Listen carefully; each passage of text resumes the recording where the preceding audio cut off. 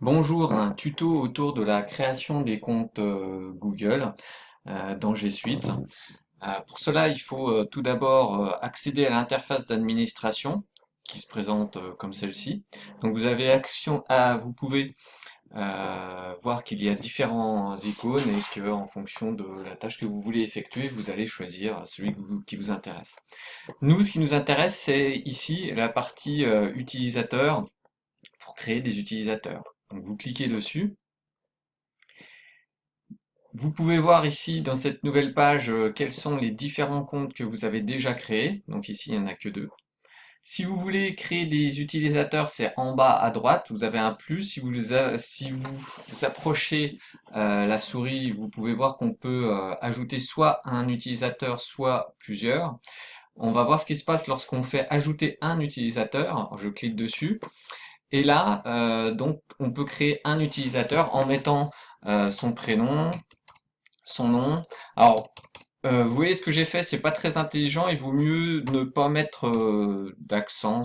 Ouais, les outils Google n'aiment pas trop les accents, ça fonctionne quand même. Bon, on va dire, pourquoi pas.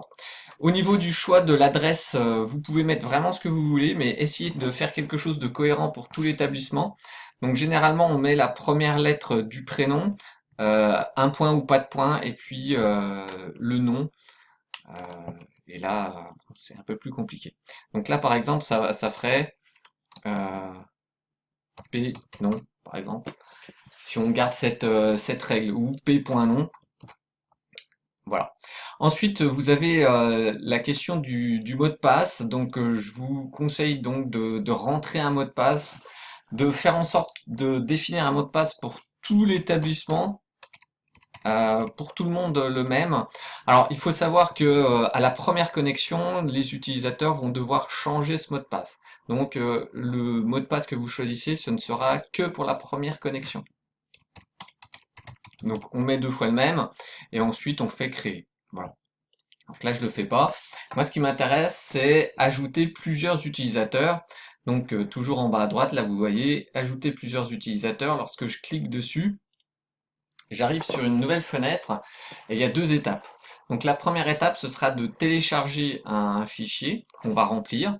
Et ensuite, dans la deuxième étape, il va falloir qu'on importe ce fichier qu'on aura créé pour la création des utilisateurs.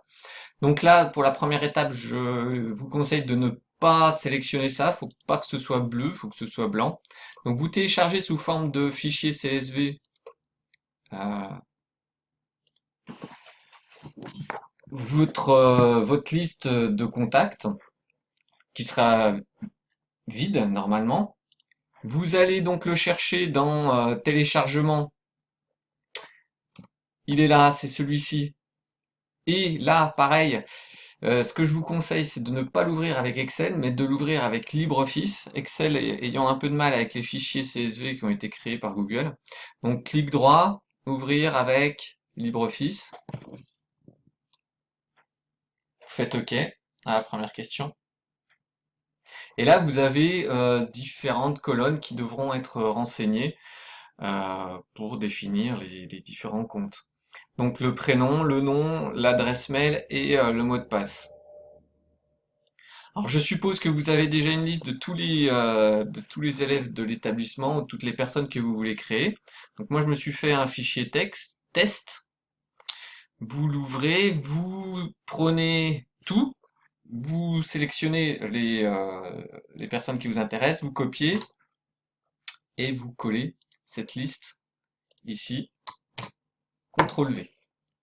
Alors, j'ai essayé de créer des noms et des prénoms un petit peu compliqués avec des accents, pas d'accent, etc. Nom composé avec un tiret, pas de tiret. Alors, ici, il va falloir qu'on... C'est la partie un peu plus fastidieuse, c'est-à-dire la création des adresses mail. Donc, on va essayer de rentrer un code qui permet de faire ça automatiquement, mais bon, il va falloir faire une partie de vérification. Alors, pour cela, vous allez recopier ce code et le rentrer ici.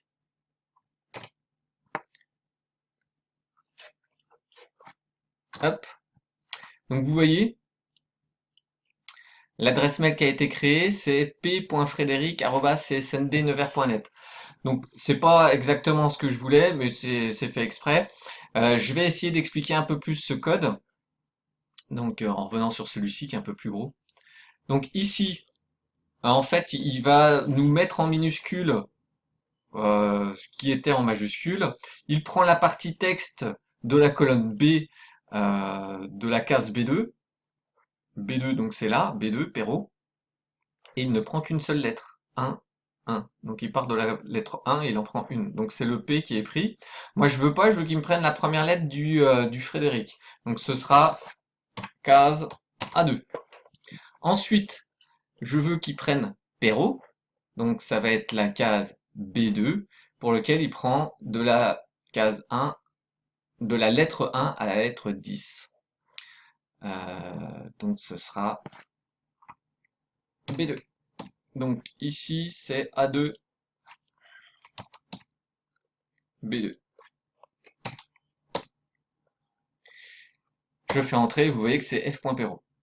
Alors si vous voulez pas mettre de points, vous enlevez la partie ici entre, vous enlevez la partie ici, ça, vous enlevez. Ok, ça enlève le point f.perrault, ça fera fperrault.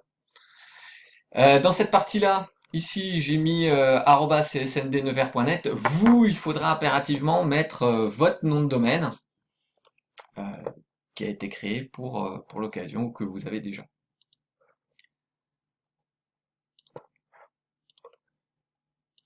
Hop. Ensuite, je développe de façon à mettre jusqu'en bas. Voilà. Donc vous voyez qu'il y a quelques petits problèmes là et là. On verra ça après.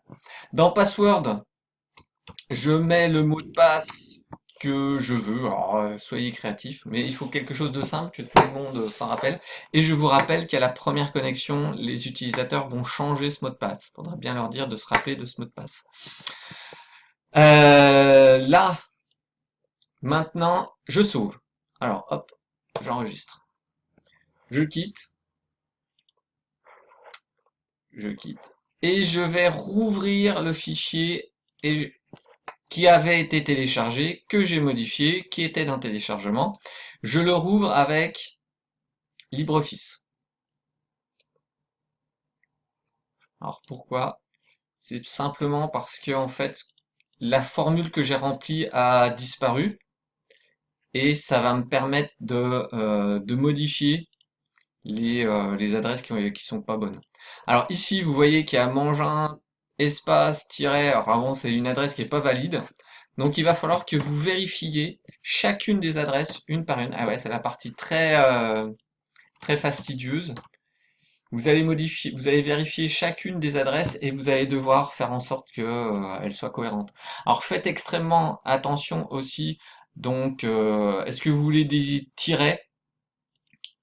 Pas de tirets. Est-ce que vous voulez que lorsqu'il y a deux noms, vous mettiez les deux? Lorsqu'il y a des noms composés, est-ce que vous voulez les deux? Ça, c'est vraiment vous qui choisissez. Vous mettez ce que vous voulez. Faites attention aussi aux adresses mail qui seraient en double. Parce que si par exemple j'ai une Éléonore Champré et puis